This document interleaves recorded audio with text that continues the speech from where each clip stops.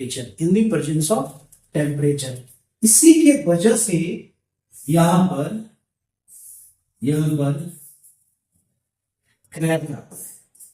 किसकी वजह से आता है? समझे पुल कैसे गिरता है? पुल वगैरह जो ब्रिज वगैरह गिर जाते हैं वो क्रीप के कारण गिरते हैं।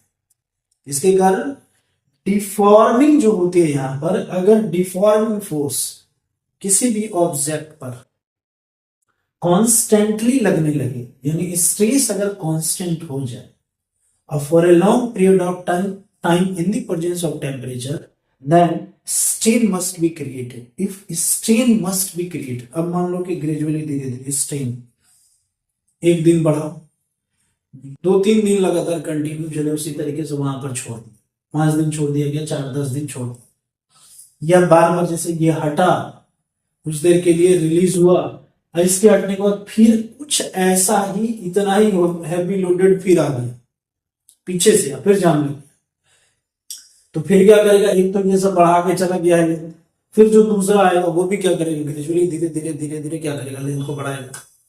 अब ये लेंथ जो है ना धीरे धीरे इंक्रीज करके ये जो इसके अंदर जो इलास्टिसिटी फॉर्मेशन है उसको पार कर जाएगा, उसके लिमिट को। जैसे उसके लिमिट को पार कर जाएगा तो क्या हो जाएगा?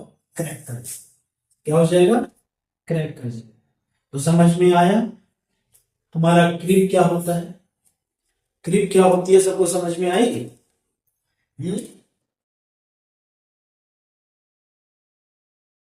क्रीप क्या होती है समझ में आया सबको?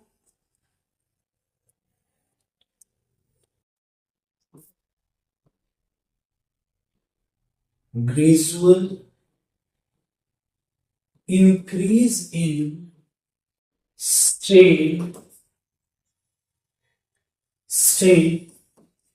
if a material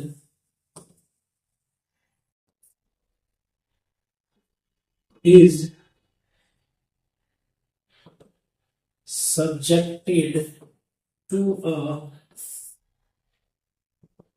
constant stress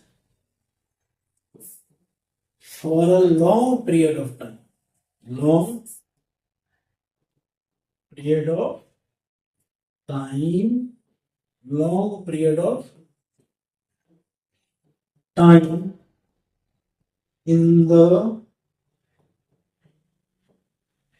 presence of temperature. In the presence of temperature. Long period of time in the presence of temperature, इसी को कहते हैं क्रीप। क्रीप का मतलब